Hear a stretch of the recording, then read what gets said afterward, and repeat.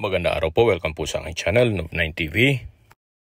Patalasasan po, meron po ba kayong mga properties na napapabayaan or non-performing assets? Plano nyo ibenta, pero wala kayong oras sa pagbenta nito. Kung ito'y pagkakatiwala nyo po sa amin, tawag lang po kayo sa aking numero, usap po tayo, gawan ko po ng video for free. Yes, libre po, wala po kayong babayaran. Tutulungan pa namin kayong mabenta ang inyong property. Kami na po bala sa marketing, sa boosting, or paid ads, even sa tripping, hindi na po kayo mapapagod sa pag-entertain ng mga buyers. Kami na po bala sa lahat. Tawag lang po kayo. Nandito po tayo ngayon sa Cavite, kung saan meron po tayong bagong video presentation, isang hotel, resort, at events place. Ito po ay operational at income generating ang property na to. Ang lot area po nito ay 3,243 square meters. Nandito po tayo sa poolside kung saan ito po yung main pool. Ang lalim po nito is 4 to 6 feet. Then meron pong slide dito. Ang tawag nila is octopus slide. At meron din pong kiddie pool dun sa kabilang side na 3 feet. Meron din po itong pavilion or events place na kakasya or kayang mag-cater ng 500 guests. Mga okasyon gaya ng kasal, binyag, birthday, reunion, seminar at iba pang special occasion. Mag-iikot po muna tayo. Ito po yung stairs papunta sa view deck. Dito po sa view deck, meron pong mga kubo. Mga 4 na kubo po ito, nakakasya mga 6 hanggang 8 tao kada kubo. So far, maayos naman po itong mga kubo. Wala po kayong ipapagawa dito. Yan po, may mga extra chairs pa.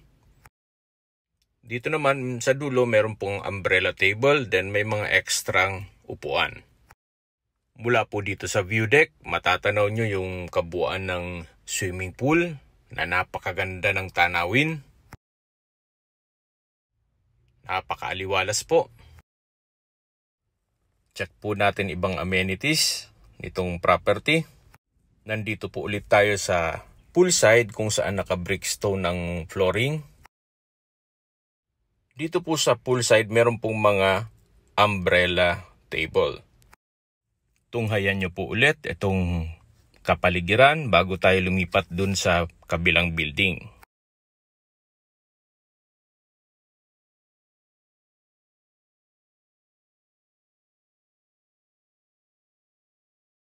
Meron pong old house dito sa kabilang side, yung may gate na yan, kung saan kasama pa rin po yan. Malaking bahay po yan. Then dito po maraming ding mga umbrella table. Dito po sa side meron pong private pool, then cabanas at mga private rooms na air condition. Nakakasya po ang 4 to 5 person per room. Kung sakali po ang magiging guest nyo ay gustong private pool, ito po yung pwede sa kanila. Then ito po yung mga cabanas. Meron na ring table sa gitna. So far, maayos din. Pati mga pintura. Wala rin kayong papagawa dito. Mga 5 cabanas po yan hanggang dito sa dulo. Mas malaki po yung cabanas dito sa side na to.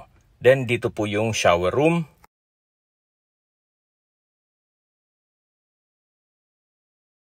Meron pong sink dito. Then dito sa side ay yung stock room. At yung filtration, dito na rin.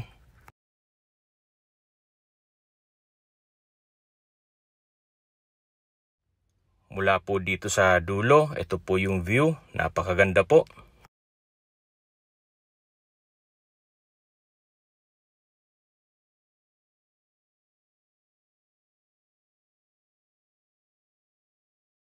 Meron pa po walang kabana dito sa dulo. Pang-6 po ito.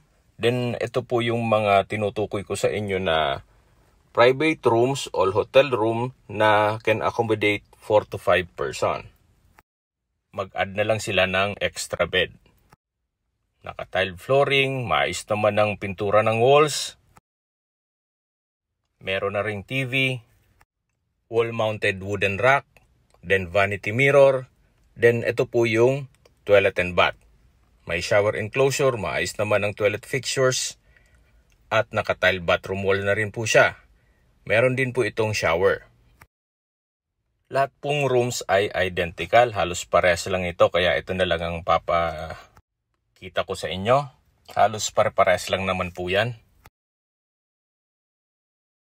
Mula po dito sa air condition rooms, may access po dito papunta dito sa isang structure na another view deck, at meron din pong mga tables and chairs dito sa baba. Kaya halos lahat ng space is usable.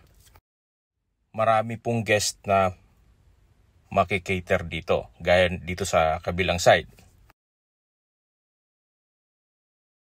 Ito na po yung stairs papunta dito sa view deck. So iba po ito nung isang view deck sa harapan. Malaki naman ang spasyo. Okay pa yung ceiling. Naka-pebbles flooring. At mula dito matatanaw nyo naman yung kabilang pool. At habang pinagmamasdan nyo po itong buong property or resort, pag-usapan na natin ang negative and positive side nitong property. Sa positive side, kita nyo naman, napakaganda nitong resort, wala kayong ganong ipapagawa, at once na na-acquire nyo to, supervision nyo na lang ang kailangan. So yung return of investment dito ay mapapabilis. Kumbaga hindi po tulog ang pera nyo dito. Sa negative side naman, wala po akong mapipintas dito. Well, depende na lang sa inyo. Kung masyadong maselan kayo, pwede nyong i-retouch ang mga pintura. Nandito po tayo sa kabilang building kung saan itong lower ground is open space, then ito po yung stairs papunta sa second floor. Meron pong small room dito para sa office. Then meron pong another area dito, pwedeng gawing activity area.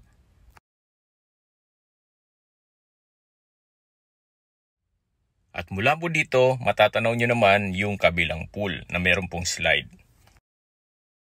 Dito po sa malaking building, maayos naman ang structure. Okay naman ang mga ceiling. Yung pintura naman po, so far okay pa naman. Then meron po itong mga rooms. Ito po, malaki naman ang spasyo, naka-ceiling cove design.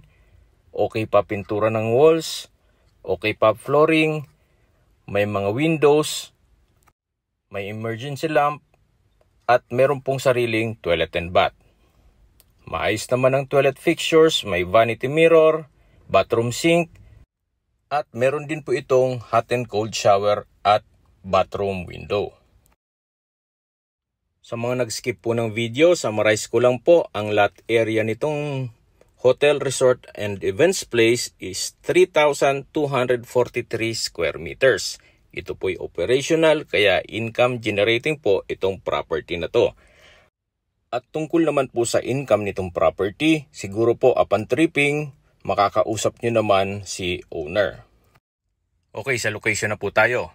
Itong property mula sa PTEX or sa Parañaque Integrated Terminal,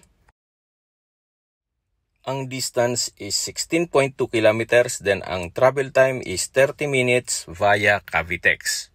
Opo, napakalapit lang po nito sa Metro Manila. Nandito na po tayo sa pavilion or events place na kayang mag-cater ng 500 guests. At gaya ng nasabi ko kanina na pwedeng iganap dito lahat ng special occasion. Gaya ng binyag, kasal, birthday, reunion, at seminar, gawa ng meron din po itong mga kwarto dito. Ayan po, kita nyo naman yung bubong, maayos na maayos pa. Pati po ang flooring. So basically, itong structure, wala kayong papagawa dito. Hanggang dito po ang property line. At naka-bakod na rin po ang paikot nitong property. Naka-landscape na rin po dito. Meron pong structure dito para sa restroom ng babae at lalaki. So far, maayos din po ang toilet fixtures at itong structure. Meron pong old house dito sa loob ng property kung saan ito'y livable pa naman at hindi lang natin ma-shoot kasi dun mismo nakatira si owner. So, bigyan po natin ng privacy muna sila. Pero upon tripping, kung interesado po kayo, pwede naming i-present ito sa inyo. Okay, sa presyo na po tayo. Ang original price po nito ay 75 million pesos. Ngayon po, nag-markdown price na po si owner sa 70 million pesos. Kung may mga katanungan po kayo, tawag lang po kayo sa aking numero. At sa mga kababayan naman natin na sa ibang bansa, meron pa akong Telegram. Sa mga iPhone user man, may message. Meron din pong Imo, Skype, Viber at WhatsApp. Same number lang po, 0917-316-3399. Sa mga nagtatanong naman po ng aming Facebook, meron po aming Facebook page na Nov9TV at Facebook Reels Video. Meron din pong TikTok at Instagram. May ibang YouTube channel po kami na Nov9TV channel at Nov9TV Listings. Sana po naibigan nyo ang video presentation. Paki-like and subscribe na lang po sa aking channel para ma-update din po kayo sa aking future listings. Kung sakali po hanap nyo yung mas malaking sukat ng lupa, meron din po kami ibang listings na pwede nyong pagpilian. Huwag po kayong mag-atubiling tumawag sa amin, then let us know your budget para malaman namin kung anong property pwede naming elok sa inyo. Sa lahat pong viewers, subscriber at nagtiwala po sa amin, salamat po sa suporta. Ingat po kayo lagi at yung pamilya. Maraming salamat po.